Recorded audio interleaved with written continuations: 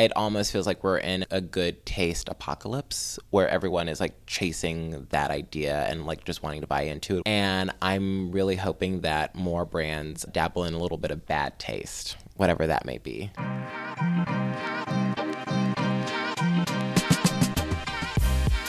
Welcome to The Materialist, the podcast where we explore the objects we bring into our lives and the stories they tell about who we are.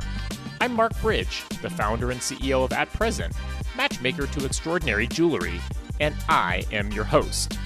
Today, we're stepping into the world of bold choices, impeccable taste, and the art of personal style. Joining me is Jalil Johnson, a trailblazing style influencer known for redefining what it means to show up in the world with authenticity and flair. From commanding the digital fashion space and creating looks that merge tradition, innovation, and insouciance, to designing a truly unique collection in collaboration with At Present, Jalil is a master of making statements that resonate. In this episode, we'll talk about his inspirations, his approach to curating standout pieces, and the power of betting on yourself. I'm so glad you're here. Welcome to The Materialist. I am here with one of my favorite people, At Present stylist in residence, Jalil Johnson, who we have had the pleasure of getting to know over the course of this year and have worked on a number of really fun projects with. The most notable being the Bold collection that we launched together back in September. Exhibit A, Jalil is wearing his gold ring. I only got the silver one, so you know who's really in charge around here. I feel like I've gotten a chance to get to know you and your background quite a bit over the last year, but maybe for our audience, start by telling us, who are you? Where do you come from? What do you do? And why are we having this conversation? Yes. Thank you so much for having me on your podcast. Thank you so much for coming. It's only fair. I was a guest on yours back over the summer. We had lunch together. And so now we're having coffee during New York Jewelry Week. And the best week of the year. Two wonderful things. Put them together. Hello, everyone. My name is Jalil Johnson. Originally, I'm from Hurt, Virginia, H-U-R-T, Hurt. And I moved to New York about 7 years ago to go to NYU. And I was in Gallatin, and my concentration revolved around how fashion influences race. And at the same time, I was interning and assisting, which is the beauty of going to school here in New York. And then the pandemic hit, and I still was able to assist, but I was starting to assist more on the commercial side. So I was assisting for brands like Madewell, Anthropologie, and Taylor's, brands like that. And then from there, I did one job for Saks, and that's where I met my former boss, Rupal Patel. And I also at that time had just graduated, and she said, hey, I have an opening. You should apply for this job. I applied. I got the job. I was the fashion office coordinator for Saks Fifth Avenue for 3 years. And then I made the decision to leave back in June to go out on my own and figure out life as a freelancer and what that looked like. And luckily, at the same time, I was approached by At Present to first curate and edit, and it went so well, and we enjoyed working together so much that they asked me to be the first stylist in residence, and it's been amazing. And we developed this fantastic collection called the Bold collection, which consists of 3 different pieces: a ring, a bangle, and a pair of earrings. And they're perfect for the holiday season. So if you have not found something to get your loved one, consider the Bold collection. Click here now. Appreciate the promotion. And one of the things that drew us to you was, one, your inimitable style, but another one was your love for jewelry, and particularly the history of jewelry. Tell us where that came from. I've always had a love of history. Actually, at NYU, my minor was in history. So it's just something that's ingrained in me to look at. The funny thing is, actually, as a child or a preteen, I had considered going into law. And a lawyer told me, if you want to go into law, you need to make sure that you know your history very well. And with everything, be it fashion or jewelry, I think it's so important, because how can you tell the full story of something if you don't know the past, present, and possible future?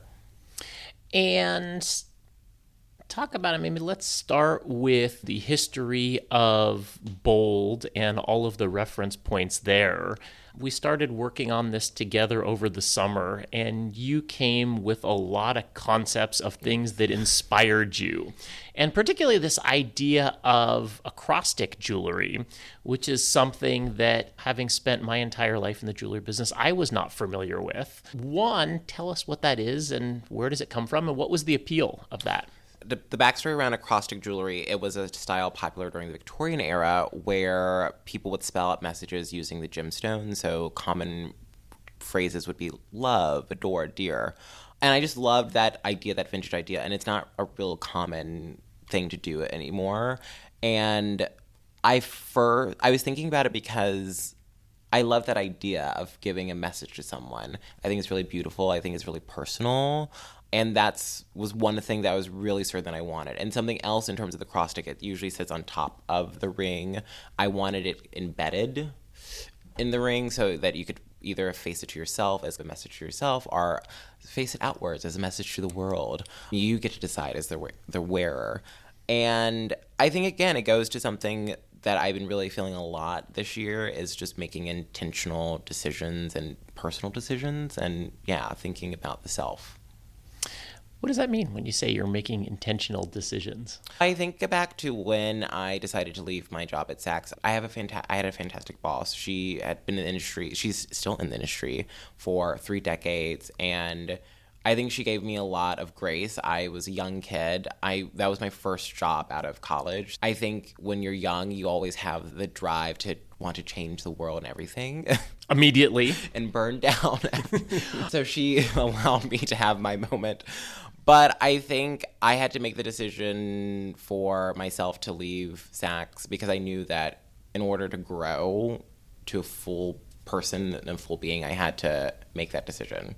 So I think oftentimes people say that you're not to be selfish, and I think selfish is a word that it has a negative connotation, but I love the idea of reclaiming it and not making it so negative because I think it is really important to think about the self and think about, is this benefiting me? Am I growing from this? Where do I see myself going? Things like that. I hope I answered that question, or did I just walk around it? No, I think it makes a lot of sense. I'm so curious to understand, all right, I'm taking this leap into the unknown. Mm-hmm. What do I want when we think about that kind of selfishness, when we think about that sort of intentionality? What were you optimizing for? What was moving up that pyramid toward that self-actualization? When I was thinking about what led up to me deciding to leave Saks, there were a few things that I kept thinking about, which was creative pursuits. So at Saks, there were, of course, everything had to get approved. It was a corporation, which makes sense. But I felt like I wanted the opportunity to say yes to a lot of different opportunities and see what really got me going and what I was like, oh, I don't really like. So that was, I think, the biggest reason that I wanted to take the risk to jump into the unknown, because I just wanted to test myself to see what it is that I really liked and what I didn't like, to help me figure out, again, what a career looked like for me. Because I think the other thing I learned, too, while I was at Saks was I don't know if I want such a linear career trajectory. I didn't know if I wanted to necessarily climb up the ladder because it just seemed not just for me. It wasn't for me. And so I wanted the option to step out of that and still grow in my career. If I didn't know you and I was sitting next to you on a plane or a train and I asked you, hey, what kind of work do you do? What would you tell me? I'd probably do that. I would probably laugh first, but I don't know. But no, I write a newsletter called Consider Yourself Cultured, which I started. It'll be the 2-year anniversary actually in February. Your birthday to child number 1. Yes, of hopefully many. I think also something else that I would attribute to myself is a personality, but also consultant, personal stylist, all of those fun words. I think in general, the big title I would give myself is just a creator in whatever capacity that is. What have you been up to? If you think about, all right, I have an idea in my mind of what you do if you have a corporate job. You get up in the morning, you get dressed, go to work, do whatever it is you do during the day, and come home. Life is a lot more amoebic or amorphous, I suppose is probably a better word. What does a month in the life of Jalil look like today? I think it changes from month to month. Right now, this week, during Jewelry Week, it's packed with a lot of events. I have, for instance, tonight, I don't know when this will go live, but as we are speaking, on this particular day, I have 4 events that all start at 6:30, and I have to figure out how to make it to most of them. But for me, a general day usually starts up. I would get up for work around 6 o'clock. I still do, because I think it's a good practice to get up and get out into the world and do things and just to stretch. I've been trying to get better at starting my morning with a stretch versus going immediately to my phone. Sometimes I'm really good at it. Sometimes I'm really not. And then I do my best work in the morning. So I try to get out as much work as I can. And then by lunchtime, I lose steam. So that's when I do other things. So if I'm here in the city, then that's the perfect time for me to go out and go to an event, see someone for lunch. If I'm at home right now, that's upstate, but we're moving back to the city. If I was upstate and it was around lunchtime, that's my time to catch up on reading or catch up on like the emails that I missed out on. We call this podcast The Materialist because it reflects our commitment to objects that matter and bringing in things with intentionality. Would you say you're a materialist? For sure. What does it mean to you? I think materialist means an appreciation for material, for form, for information, for collecting things. Not necessarily in a conspicuous consumption type of way, but just out of the love and appreciation of those things. And where do you think that came from for you? My sense is that Hurt is a slightly different milieu than New York City. Yes. I will say that I was born a shopper because my very first memory is waking up in a mall.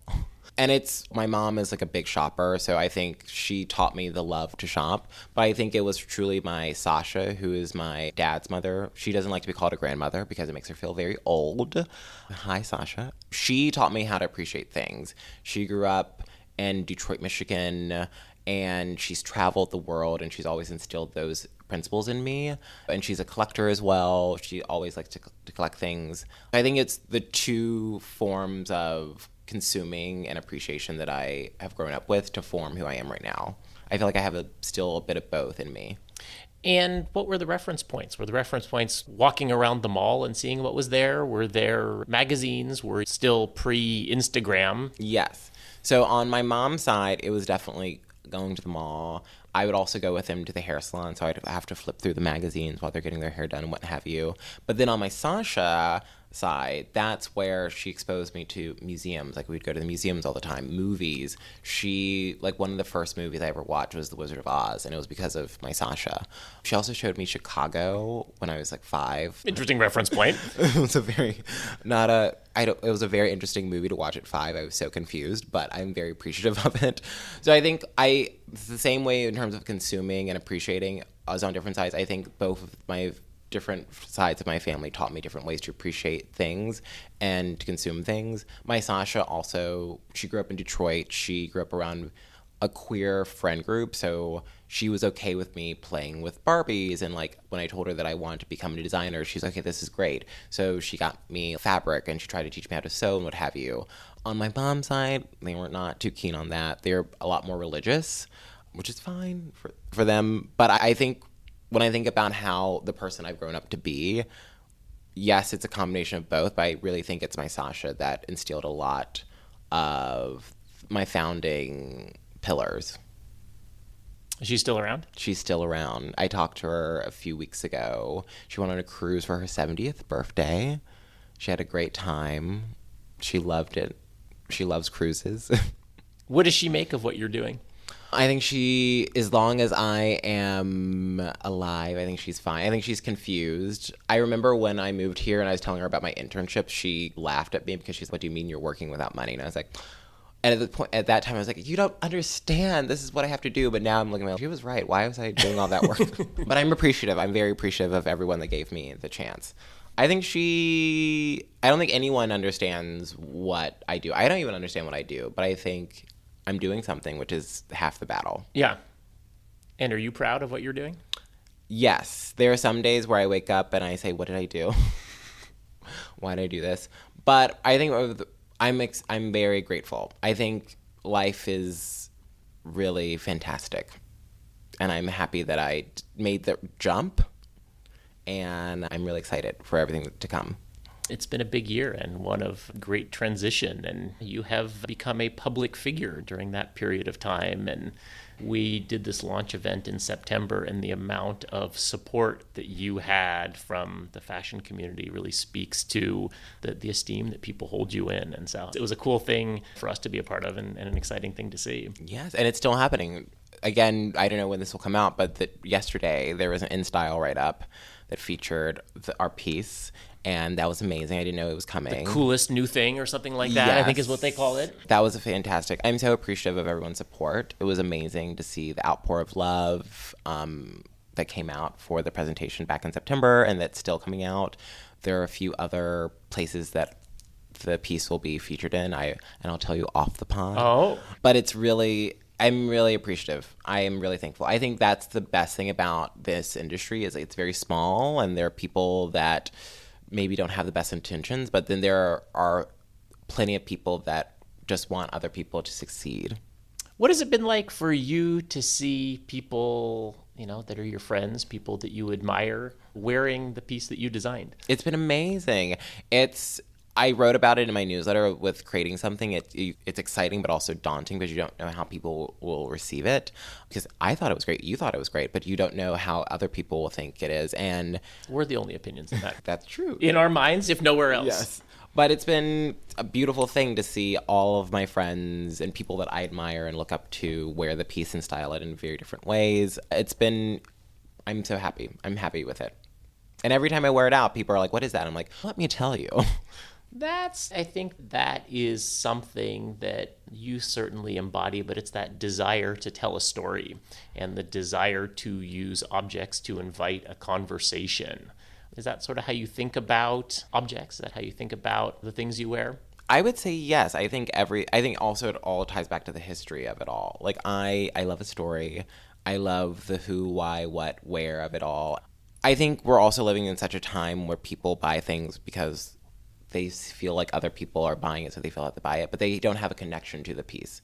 And so I think to have such an intentional attachment with something that you purchase is very important. And I think it really separates people from just consuming to consume. I think that, and I'm hoping that as we move into this new year, more people are buying with intention and are captivated by the story of something versus just, I'm going to buy it because someone told me to. I don't think that there is a lot of variety that we see in the world. I think you were just talking about everybody buying the same things. And I think that's one of the things that for me is so boring about what I see on the landscape is there's a small number of big brands and there's an approved number of objects, and that object is, all right, that is the be all and end all. You do not subscribe to that, I would imagine. Yes, I agree with you. I agree with you in the sense that it does feel like there has been a lack of variety in the market.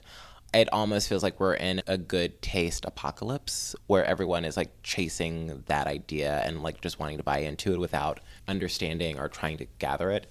And so... Tell me about that phrase. That means that people don't have taste because it's blown up, or they're all running toward a singular idea of what good taste is? I think everyone's running to a singular idea of what good taste is, which is what quiet luxury, I think, feeds into this, where I think about a brand like... Aggressive beige. Yes, aggressive beige. Can I name brand? Like the Row. Like I feel like the Row has become such a big brand and so many people are gravitating towards it because that is an identifier of good taste. They're a brand that's known to have or supposed to have good quality clothes. People are just like eating it up. But there's no depth behind that. And I think... From the design side or from the consumption side? The consumption side. Yeah. I think that... But I'm hoping that I'm really optimistic about the new year because I think that a lot of people have gotten tired of the same old. I think in terms of fashion, I think there are a lot of collections are commercially driven, are derivative of other brands. And I'm really hoping that more brands dabble in a little bit of bad taste, whatever that may be. What do you see in the world that inspires you? I honestly say jewelry. I think jewelry is the most novel thing right now, especially what's coming out with lab-grown diamonds. The capability of lab-grown diamonds is really exciting. There's this one brand who, I think by the time this published, this piece will come out, but they're creating these diamond initials from lab-grown diamonds, and it's a single cut diamond, which I think is fantastic. I think there's so much originality right now happening in the jewelry market that I'm really excited about. What are you seeing? What else is fun? So there's this other brand named Elor, Elior, and his pieces are a bit more on the, I guess you could say, risque side. So I think he's well known for his pill collection, but he has this one collection that are all cigarettes. And the ashes are diamonds, rubies, and sapphires. If you have to smoke, you might as well do it with gemstones. Yes. And I will say the rings do advocate that smoking does kill. So your warnings are received. Yes. And beautiful gemstones. To that, Renato Cipuglio, I love his work. That was one of my first big luxury purchases this year, was in fine jewelry. It was my very first fine jewelry purchase, was a piece from Renato. And what did that purchase mean for you? So I interviewed Renato back in the summer. If you are listening to this, Renato or Serena, promise you I am going to release the episode. I'm working on it. But when I talked to Renato, he talked a lot about his brother Aldo, who designed the Cartier Love Bracelet and a few other notable things. And just to hear Renato, the Cipuglio family is a jewelry family in general. Like all of his siblings, I think, are involved in the industry. Some are in more fashion costume, and then Aldo and himself were in the fine jewelry world. But to hear him talk about not only his experience in early New York in the 60s, Studio 54, 70s, but also his love for his brother, it made me really want my first piece to come from him. Because when you find someone that's so obsessed and devoted to their craft, it just makes you want to, invest in them. Or I don't know, and I don't know if he looks at my purchase as an investment, but you just want to be able to participate in their world because it's such a beautiful thing to see someone captivated by their world, their industry. And I think it's I know for me, it's one of the things that's connective of I'm wearing something that was created by somebody that I admire. And to try to find some connection with these objects, it takes it out of the realm of something that is just, all right, here's something that I put on a daily basis. Here's something that is mass produced here's something that was made with intentionality. If I think about the ring that we made, or this bracelet that my friends at James Banks made, or my Lauren Nicole ring, they're all people whose worlds inspire me. Mm-hmm. And I think that there's something very empowering about that. Yes, completely. And I think that's what makes the purchase even more intentional, is when you align with someone's world. And I think that's what I was trying to get at too. And I'm hoping that more people have more intention when they buy, where they align with a brand, not necessarily because what's it is saying this is the thing you have to have in order to have good taste, but because they really adore the perspective that brand, that designer is taking. You called out an optimism for bad taste. Is Yes. that just the provocation of there's too much good taste, or what does that mean to you? And everything is with quotes, air quotes. But I think when bad taste is, I also think taste is not, what is the word I'm looking for? Prescriptive. I think taste depends on the person and individual. But I think that the idea of good taste is like everything is more prescriptive, and this is good, this is bad. When I think what I'm asking for, or what I'm saying bad taste, is more risk taking. I think when I say bad, I'm just saying risk. But I thought bad kind of sounded a bit more funny. Yeah, it's, you're a headline writer much of the time also, right? That sounds like something that's going to be in a subject line of a Substack. It probably will be. How would you describe your taste or your style? Oof. And are those the same thing? I would say it's eclectic. I have reference points ranging from Jackie O, who is my style North Star, to I'm on a big early Hollywood kick right now, like those 30s movies, like a Joan Crawford moment.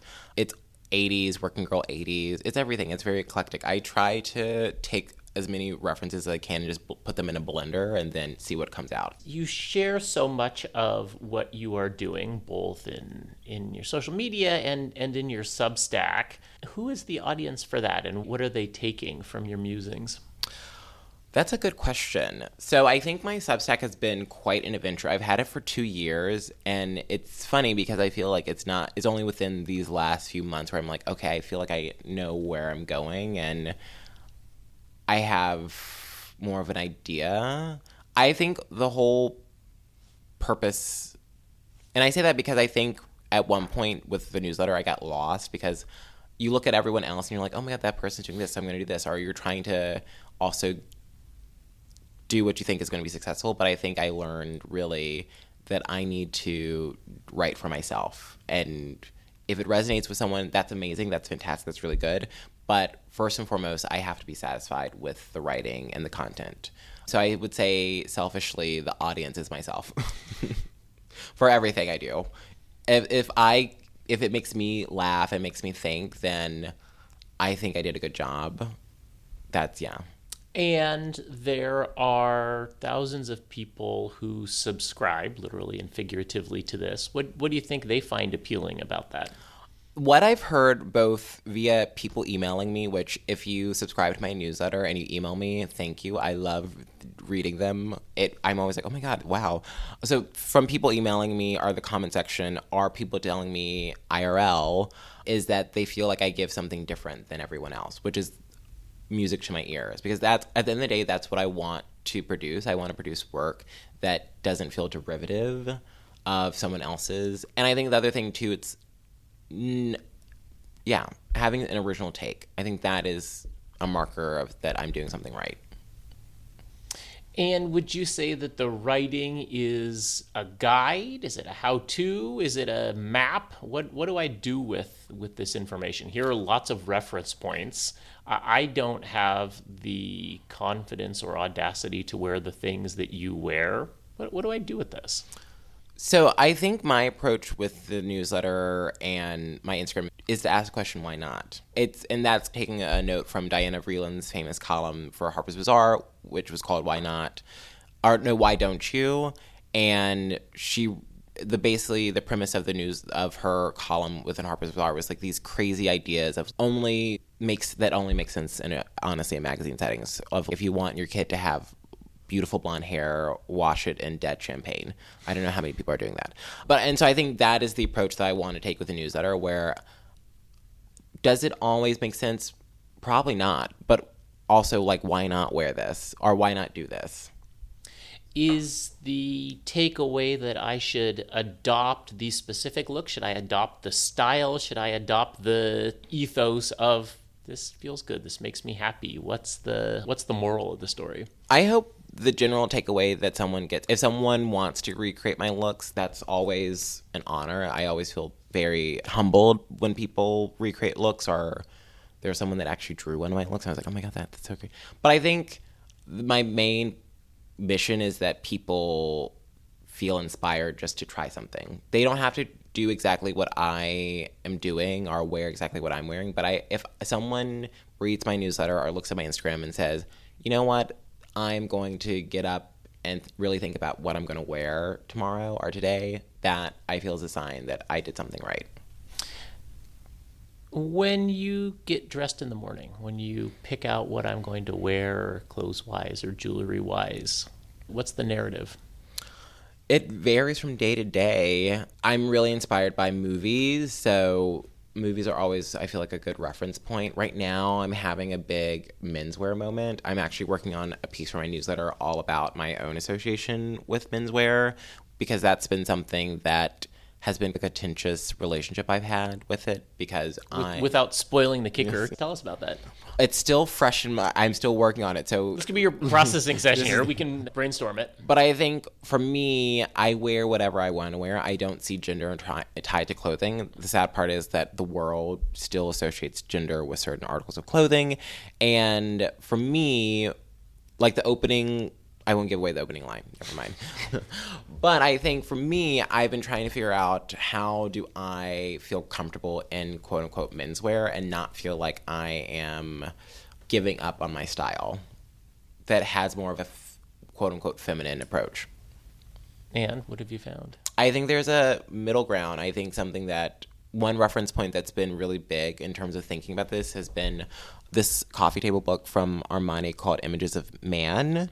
And if you're familiar, I'm pretty sure you're familiar with Armani's clothes. Like, they're beautiful and they're quintessential menswear, but there is such a fluidity to them that it lends itself nicely to whatever gender you are. And I was reading this thing today, actually, on the way here, where Tina Chow inspired Armani because he saw her wearing a 40s suit to soften his suiting, which I think is amazing. And so we're going to see more suiting from you? I hope so. I think suiting is actually fantastic, and I would love to get more into suiting. I have a few pieces. I have this one set from Stofa, which is a fantastic brand based here in New York, and they do a lot of made-to-measure pieces, and so I had a made-to-measure. And I used to model for them for a few things, and I did trade for a few shoots, and I got this fantastic linen seersucker set, which I want more of those. Perfect for winter. Yeah. I did wear the set one time. I was excited to wear it because it came to me in March, that I wore it in March, and it was still very much cold. But I loved it. I wore it. Bring your own summer. I think that makes sense. You told us when you were talking about your time at NYU that you studied how fashion impacts race. Yes. What did you learn? So the beautiful thing about Gallatin is that you can take classes across the school. Gallatin is really focused on interdisciplinary studies. So a lot of the classes offered in Gallatin mix a lot of different worlds. So there was one class I took that was all about money, the idea of money and where it came from. And then you could also take classes in various schools. So I took a few classes in the sociology department where we talked a lot about race. I made sure not to take any fashion courses because I was already getting real world experience in the industry. And something else that's actually interesting is my grounding text for my concentration was Slaves to Fashion, which is the grounding text for the upcoming Costume Institute exhibition at the Met. And so what I took from it is that identity can be formed by the clothes that we wear. So something that was really interesting and really sad, in the opening text of Slave to Fashion, Monica Miller talks about how when the enslaved folks were first brought over, they were literally and figuratively stripped of the homeland from the beads that were adorning them being taken off, and also the clothing that was taken off. And within of taking off that identity that they had to in homeland, they were giving a new one through the clothing that was given to them by their new masters. And that is so much a representation of how we think about ourselves, as that's the idea. Yeah, we dress. It brings to mind too. Have you ever seen Paris is Burning? No. It's a fantastic documentary that was shot by Jenny Livingston, and it came out, I think, in 1990, but it was shot during the 80s, and it's all about the ballroom scene here in New York.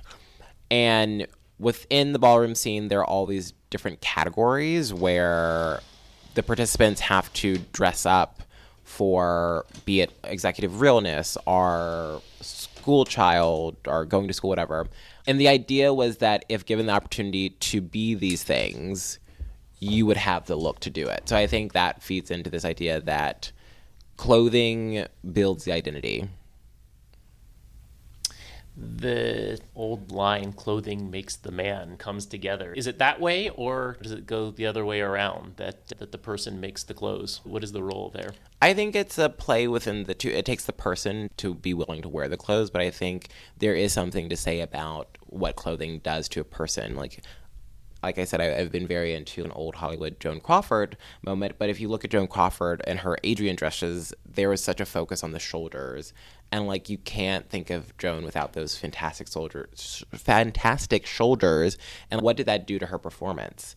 Be it in Mildred Pierce or Sadie McGee. I think there is something to say that clothing really does make you sit up a different way, make you move a different way. Yeah. And I think that also ties into if you're intentional with your clothing. I feel if you're just consuming to consume and you're just like, I bought this because this is supposedly like a good brand, you're not going to allow yourself to sink into the clothing. But I feel if you buy your clothes with intention, or and even jewelry, there's like a different way you move through the world. Where are people being inspired today? I'm curious. One, where are you inspired? And you're pretty deep in the world. And so when you zoom out and say, all right, people who are not quite as insider, where are people getting ideas? I think Substack is where a lot of people are getting ideas. It's a growing platform. It's growing every day. I was on a panel actually last week, and I made the bold statement to say that it's the future of shopping and fashion, which I totally agree with. I feel like I'm an anomaly because For those who don't know, Yes. explain what Substack is and what's happening there. So Substack is a platform where it's basically a blog spot.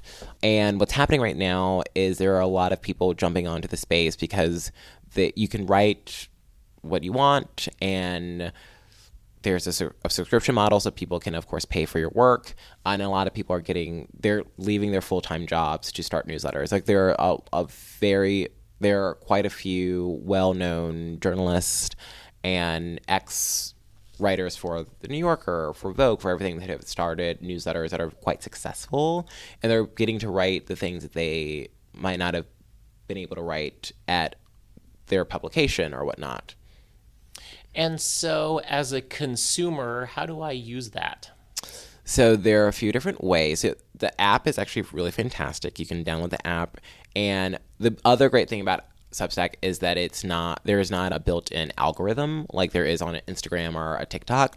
So it's truly discovery. Like discovery is so integral to the growth of the platform and also to these different publications, and just having someone recommend your Substack is how so many other people can find you and they'll subscribe and what have you. Or if you don't want to download the app, if you just sign up through your email on someone's page, you'll get them into your email whenever they release their newsletters. And do I just pick someone and go, oh, I like this person's approach to the world? Or what does that kind of discovery look like? All right, you are recommending somebody else, and so I go down that rabbit hole. Is that the... So it's kind of a choose your own adventure. So I think one way you can go about with finding new Substack accounts are through people's recommendations. I don't know how many people I recommend. I think I recommend like 30 people. These are Substacks that I read that I really enjoy and I think other people should read. And so you can click through all of those and see which ones you groove with. They also have an Explore channel where, based off of like which letters are performing very well, they'll be brought to the top and what have you. I think it's also bopping around. I think there are so many people releasing newsletters every day that you're bound to find someone that you follow that has a newsletter. The primary home for The Materialist is on Substack, and so if you are not following us or recommending us there, please do. It's such an interesting world, and I think it speaks to there's just so much in the world, and a lot of people feel overwhelmed by it. And can I find a curator? Can I find a navigator? Can I find someone who can help me make sense of it? And I think, I don't know, to a certain degree, that's the desire for this idea of taste. It's a pretty daunting space, and everybody has an opinion about it. And maybe I want to spend a lot of time here, and maybe I just want to feel like I can be good enough. Yeah. I don't know. I guess there's just different levels of how you want to play in the space. I think that's the other thing, too, about taste. And I've been seeing a lot of people talk about this in terms of like a wellness space and how wellness has turned into this big have to buy this, or you have to buy into X, Y, and Z items to achieve certain sets of wellness. And I think there's a lot of noise. I don't think the noise is going down at all. It's only going to, I think, go up from here. And I think as a consumer, it's about choosing where you put your attention to, and knowing that if you buy said product, it doesn't mean that like your life is necessarily going to change forever. It might be really... There's no miracle cure. I am not 3 easy payments away from nirvana. But I think like that product might be good. There are products out there that are, I feel like, life-changing, but it's not like you're going to save your life. I think you just have to be a smarter consumer. Does that make sense? I don't know. I want to conflate this because you just said something that's interesting. Products that may change your life. Yes. What are the things on your recommendation list? Okay. This I have there's this brand called Hana, Hani. They have a few different products, but the product that I've been loving right now is this water shave thing. I'm not explaining it well, but basically it's a shave stick. You put it on your face or put it wherever you have to shave, and then you can just shave. You don't need to like have water. You don't have to do like a lather thing. It just is there. It's amazing. I love it. I highly recommend that. I also go ahead and promote. I released 2 gift guides. Actually, there's going to be another one that's coming out this Sunday where I have a bunch of products that are great to gift for yourself or someone you love. The best gift. I love gifting myself. Make sure to gift myself every week. I love pajamas. I'm a big monogram person. If I can monogram it, then I'm obsessed. I love monogram pajamas. I love them. I hope everyone else loves them. There are these fantastic. I don't know. There's so many fantastic things. These are all really nice things, and I probably shouldn't have been like, there's nothing that's going to change your life. No, but the whole premise of the conversation and of what we do is actually a belief that there are things that can enhance your life. And if we actually thought that none of these things matter, then we'd be spending our life doing something that would be really silly. That's true. Don't oversell it, right? Yes. Buying the bag is not going to, solve all of your problems. And you buy the right bag at the right time, and it actually is going to make you happy. It will bring you joy. Yes, completely. A fantastic piece of jewelry. My favorite section in my gift guide that I released was my jewelry edit. I got several compliments on my edit. I was very proud of it. But I think jewelry feels so personal. I talked about how Renato, with the help of his daughter Serena, just released this talisman that's a horn that's traditional in Italian folklore to ward off the evil eye. And also the added thing with this is you're technically supposed to gift this horn to someone for it to truly work. And this is the cornetto? That. And I love the idea that, in a sense, I feel like jewelry is like that. You can buy it for yourself, which is amazing, but this act of giving someone something is also, I feel, transfers some magicalness. That's not even a word. But there's something quite magical. Something powerful, yeah. What's the best gift you've given recently? Okay, so my very first year of dating my boyfriend, I went all out. I must say I did a fantastic job of gifting him. Set high expectations. I did, that I don't know if I've gotten back to. I just blew it out of the water the first year. In terms of all my gifting, because also that was the same year that Barney's went out of business, RIP, and I bought a few things for his family from Barney's. I thought I did a really good job. But for my boyfriend, he loves the band The Who. So I got him a custom lighter that was painted with The Who on it. Mm. There are a few other things that I got him as well. I got him a sweater.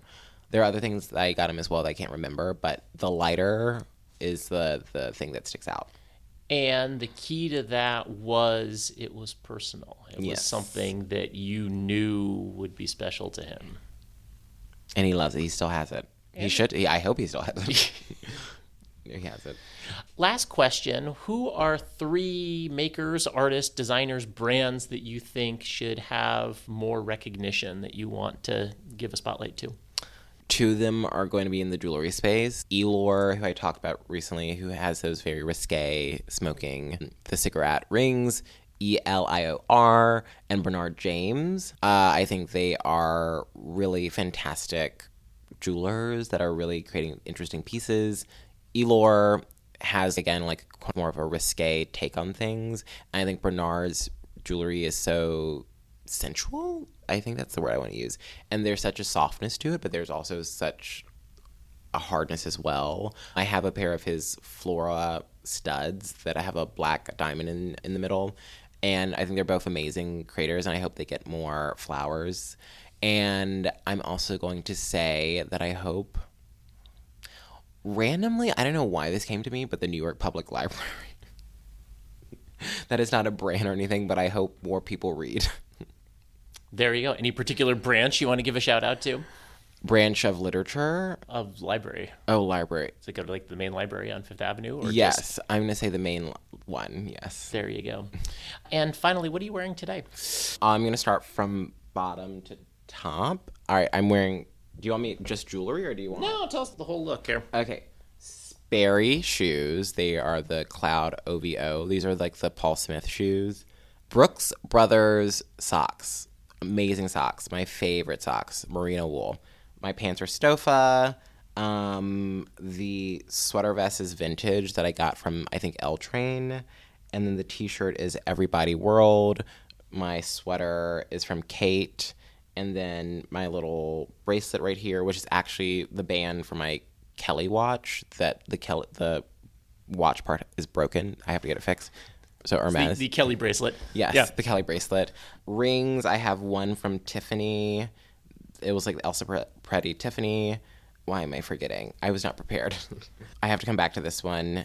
Eli Birch. Pala. And then this is a collaboration with us at present. So this is the bold ring. And then I have Airaday studs. Do I have anything else on? Oh, and then I have my Renato paperclip necklace with a Sherman Field pendant, sapphire, a little pearl because pearls are my birthstone, and then a coral fish from Etsy. Love it. Yes. Fantastic. Jalil, always such a pleasure to talk to you. Thank you. That's it for today's episode of The Materialist. A huge thank you to Jalil Johnson for joining us, and to all of you. We look forward to seeing you next time. If you enjoyed this conversation, be sure to subscribe, leave a review, and share it with somebody who likes things almost as much as you do. The Materialist is a production of At Present, matchmaker to extraordinary jewelry.